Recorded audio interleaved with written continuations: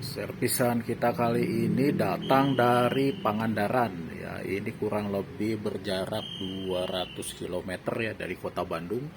Terima kasih untuk Saudara Iwa di Pangandaran. Kasusnya adalah bisa switch tapi tidak tampil seperti ini ya. Kalau udah DO ya berarti sudah bisa on, power supply pun menyala. Lalu bagaimana cara atau langkah-langkahnya untuk seorang teknisi untuk mencari kerusakan atau minimal menentukan kerusakannya? Apa yang menyebabkan kasus ini terjadi?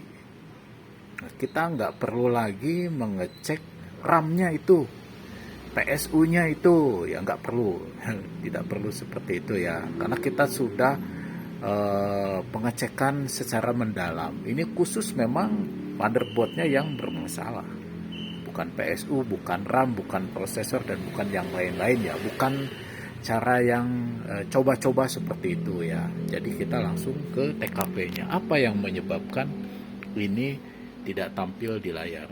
Oke, yang pertama kita harus mencari kerusakan, apakah tegangan yang dibutuhkan oleh sebuah motherboard ini sudah terpenuhi apa tidak. Yang pertama adalah kita mengecek tegangan setelah di switch. Tegangan RAM sudah memenuhi belum ya, kita terukur 1,2 volt, yaitu oke sekali ya. Yang kedua adalah mengecek tegangan 2,5 di sini ya, poinnya, tes poinnya. Oke, 2,5 volt. Yang ketiga kita akan mengecek tegangan 1 volt di sini, 1 volt. Apakah hadir 1 volt? Kita cek ya, 1 volt itu hadir ya. Kemudian di sini ada 3 VRM ya, plus 1 ya, plus 1 pas ini ya, 3 pas plus 1. Ini V-core, ini GFE core ya. Apakah tegangan di sini hadir apa tidak? Ya, kita akan cek ya. Untuk pengecekannya kita cek di bawah ya, karena lilitannya menuju ke bawah. Oke, kita cek di sini ya. Oh, sorry, di sini ya. Oke, ternyata 0 ya V-core ya. V-core-nya juga 0, yang pas yang kedua, pas yang ketiga juga 0, begitupun dengan GFX-nya sama-sama 0 ya di sini ya. Oke. Ya, jadi dari hasil pengukuran itu kita bisa menentukan kerusakan awalnya. Oh, berarti ini tidak tampil di layar itu karena tegangan V-core-nya itu tidak hadir. Tegangan V-core digunakan untuk mensuplai core dari prosesor. Ya tentu saja ya, di sini bukan hangat atau tidak hangat, dingin atau tidak dingin ya. Itu bukan menjadi patokan.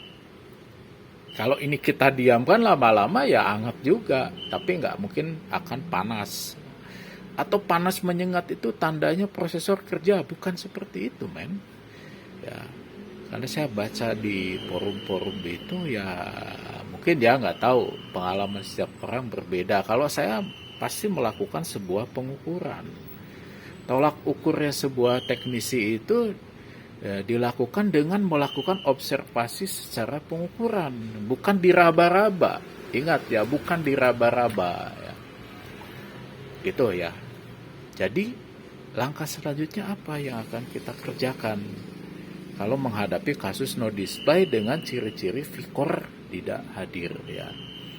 Tentu saja kita akan melakukan pengukuran secara mendalam, yaitu menganalisa apakah IC ini adalah IC power management dari V-core ya. Jadi tegangan V-core itu hadir atau ada, yaitu dikendalikan oleh sebuah IC VRM.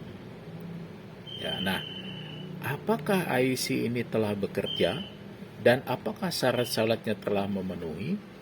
Nah, itulah dibutuhkan sebuah kecakapan khusus. Bagaimana cara menganalisanya? Berarti kita membutuhkan board view dari motherboard ini ya, untuk menentukan pin-pin yang ada di sini. Pin 1 misalkan buat A, pin 2 buat B, pin 3 buat apa, pin 4 buat apa ya. Apakah syarat itu sudah memenuhi syarat, sudah terpenuhi belum untuk syarat sebuah IC bekerja?